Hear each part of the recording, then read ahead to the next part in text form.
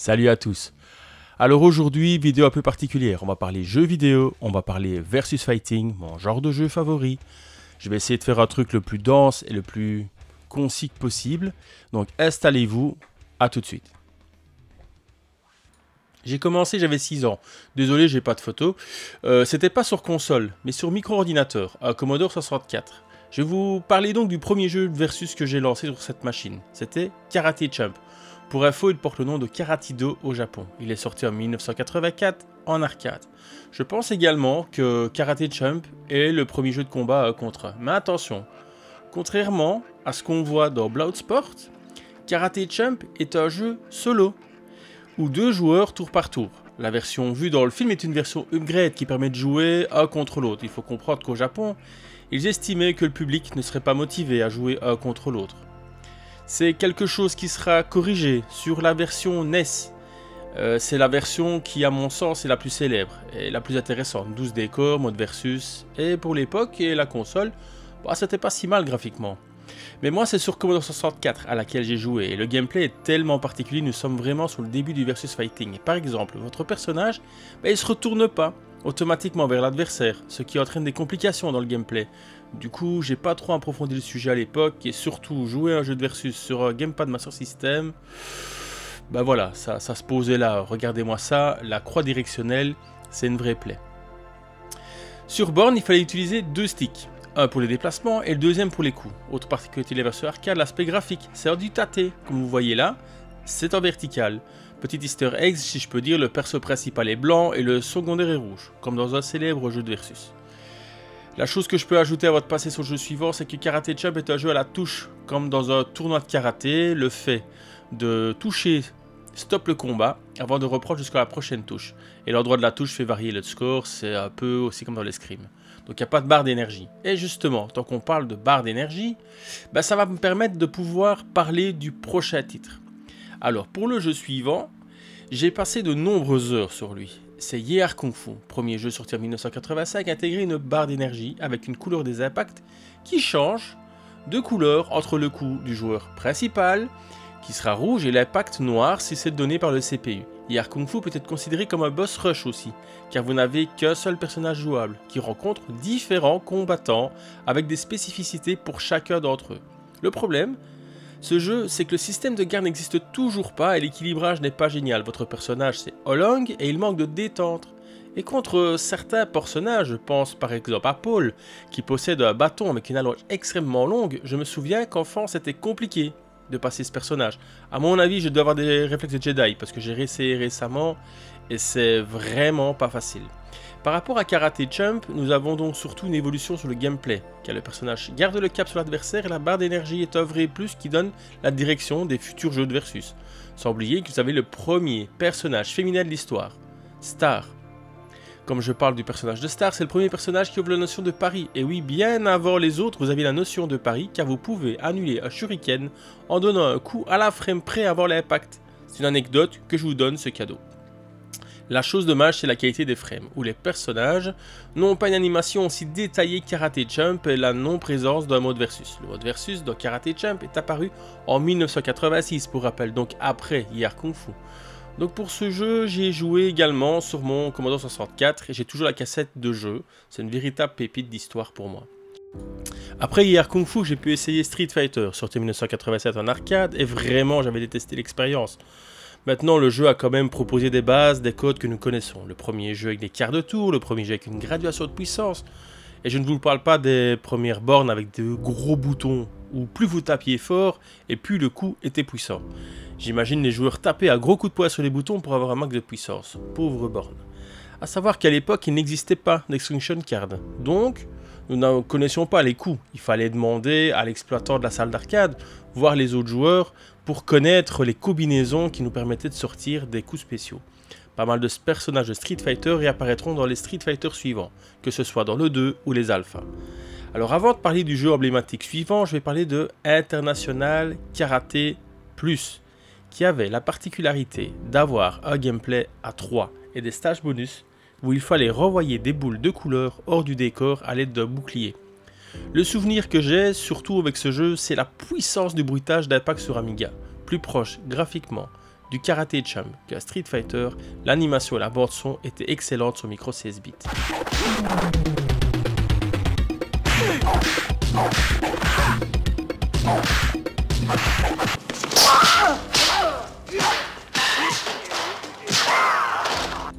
Alors je pourrais également vous parler de Street Smart. Street Smart est sorti en 1989. J'étais tombé sur ce jeu par hasard dans une boutique en centre-ville qui faisait de l'import. Je devais avoir plus ou moins 9 ans et j'ai rien compris.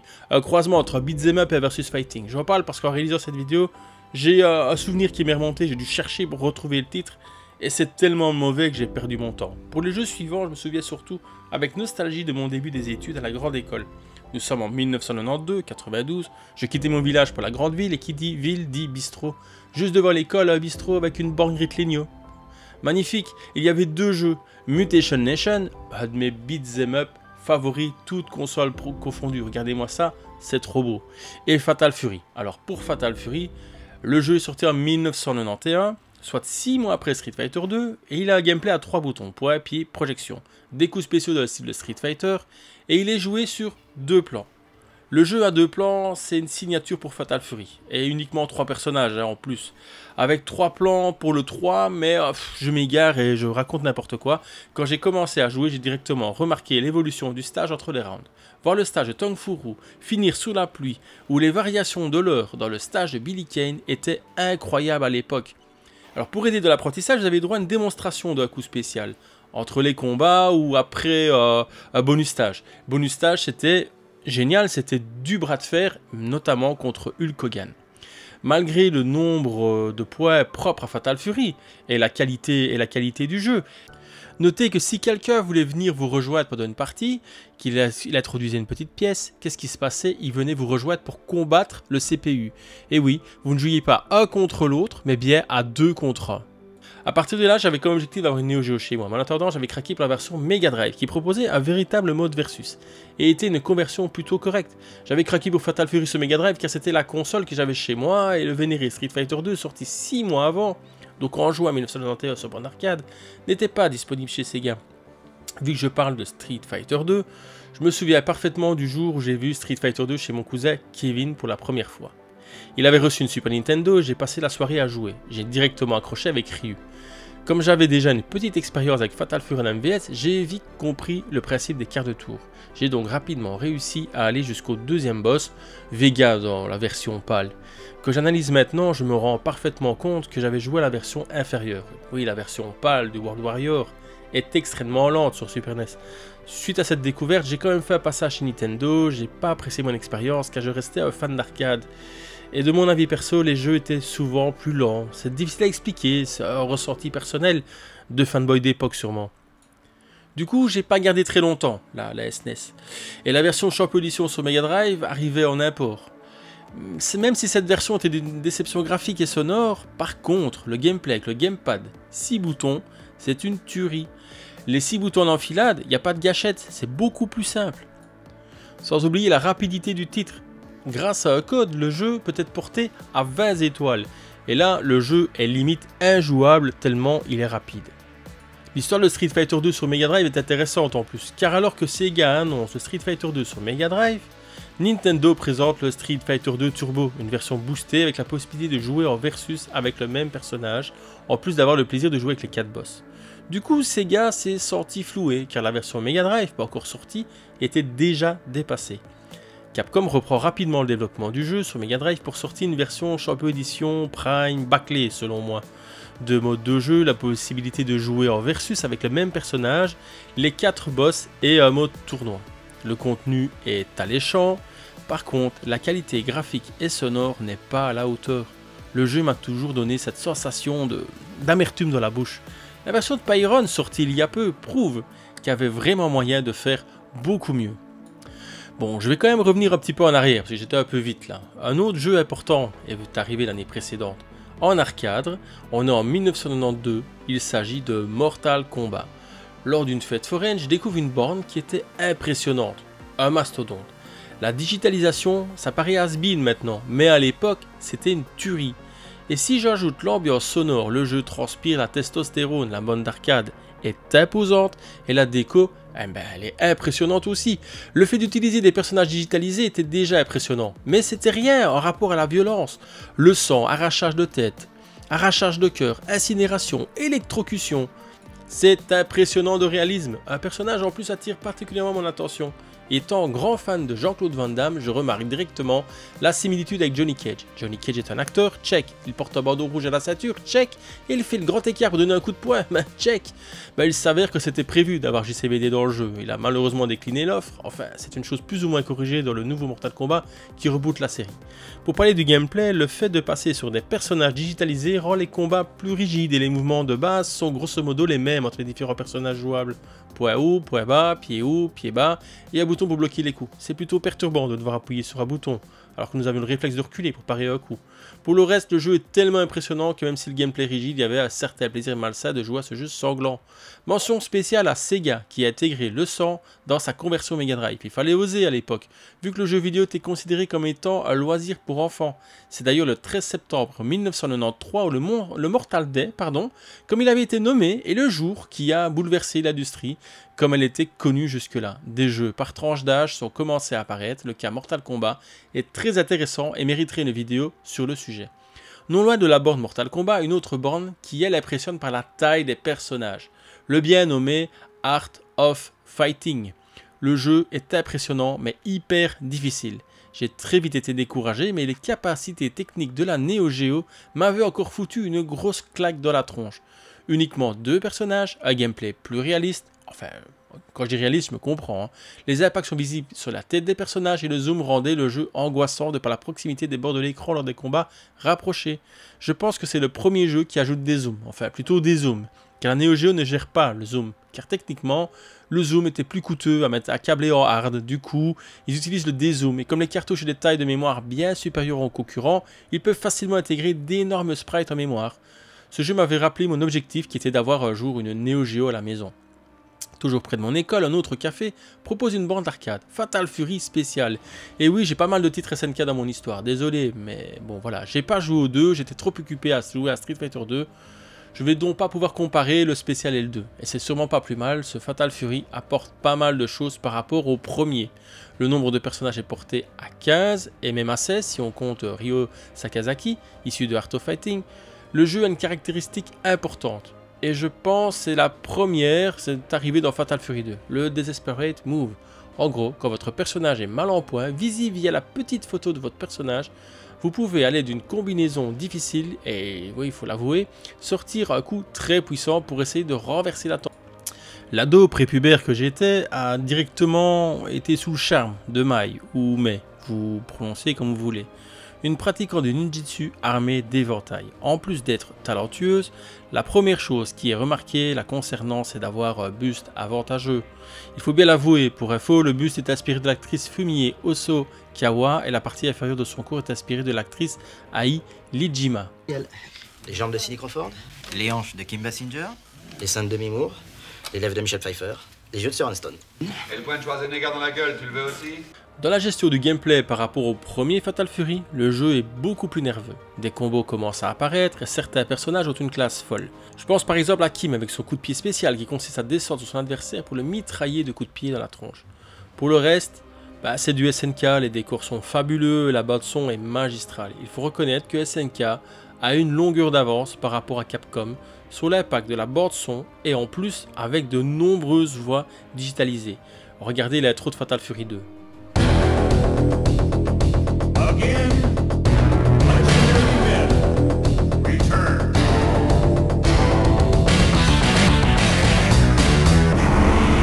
Fatal Fury 2. Avant d'acquérir la Rolls des consoles, j'ai eu un autre jeu emblématique, Mortal Kombat 2. You weak, pathetic fool.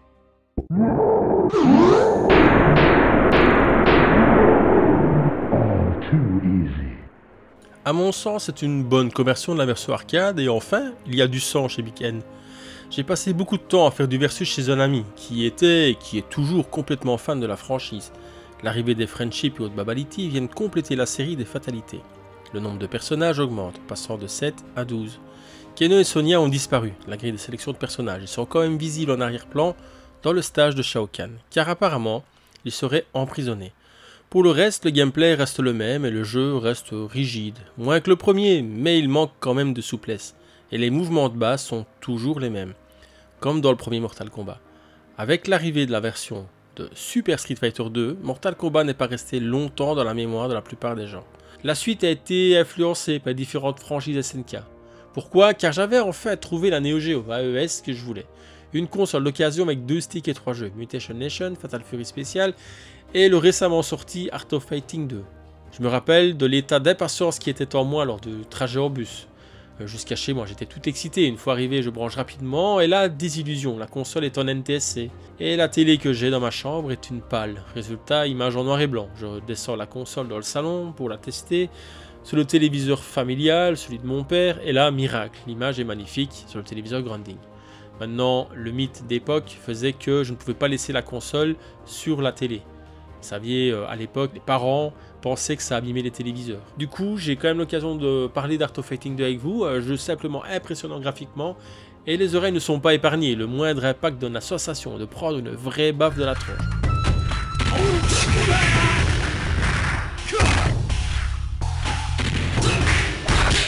Surtout que j'avais une télé pâle, mais j'avais un bon système audio avec de grosses enceintes raccordées sur un ampli lui-même, raccordé à la sortie stéréo de la console. Malheureusement, le jeu est une punition, il est tellement dur que j'ai vite été découragé. Donc, échange obligé du jeu contre un Samurai Shodown. Lui aussi est magnifique et lui aussi a un gameplay exigeant. C'est une particularité que j'ai rencontrée dans chaque jeu de Versus sur ma Neo Geo. Les jeux sont précis, l'ambiance est folle, mais la difficulté, elle est là. Malgré le fait d'avoir enfin la rose des consoles, un jeu me manquait et en plus ce jeu avait eu droit à un update. L'update ultime, le Super Street Fighter 2X. Le jeu étant uniquement disponible sur bande d'arcade ou à la rigueur sur 3DO, qui coûtait une blinde à l'époque, mais elle a droit à une magnifique conversion la 3DO, il n'y avait pas d'autre choix que de me rendre dans une salle d'arcade pour pouvoir jouer à ce jeu, qui est toujours à l'heure actuelle joué en compétition. Quelques jeux sont venus compléter ma maigre connexion Neo Geo avant de revendre la totalité pour passer sur Saturn, car des promesses en jeu 2D avaient été données en plus d'avoir un affect pour Sega et le monde de l'arcade. La suite est plutôt décevante, oui, l'apport n'était pas courant. Du coup, j'ai rapidement revendu pour me concentrer sur mon PC avec une 3DFX Voodoo. Les jeux sur 3DFX étaient tellement supérieurs en 3D aux versions PlayStation et Saturn que c'était une évidence pour moi, en plus d'en avoir vraiment une utilité pour mes études. Je suis quand même revenu sur console plus tard avec la Dreamcast et la sortie de Soul Calibur.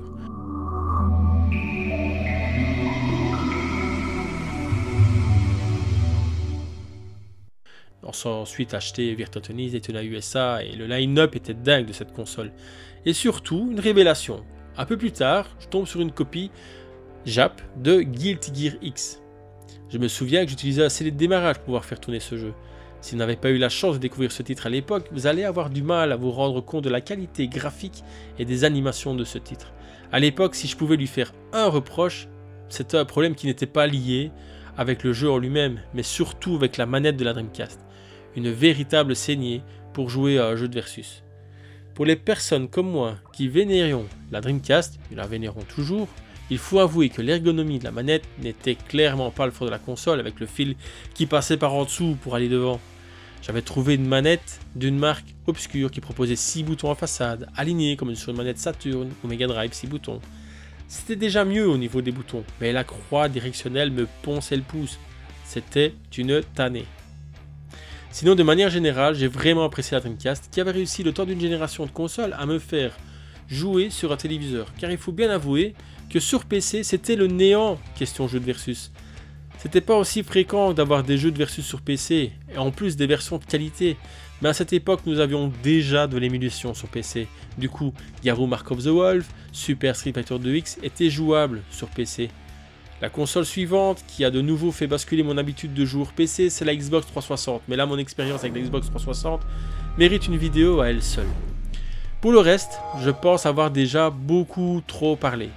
Et bien sûr, je peux encore vous en parler pendant des heures, parce que j'ai pas parlé de Last Blade, des différents Mortal Kombat, les différents Street Fighter, les Melty Blood, les BlazBlue, les King of Fighter, Kutonoken, il y a eu tellement de jeux que je pourrais réellement vous en parler pendant des heures. C'est vraiment mon style de jeu favori. J'espère que ça n'a pas été trop long. Je table sur moins de 20 minutes. Je pense que j'ai réussi. Moi, je vous dis, on se revoit quand on se revoit, à ciao.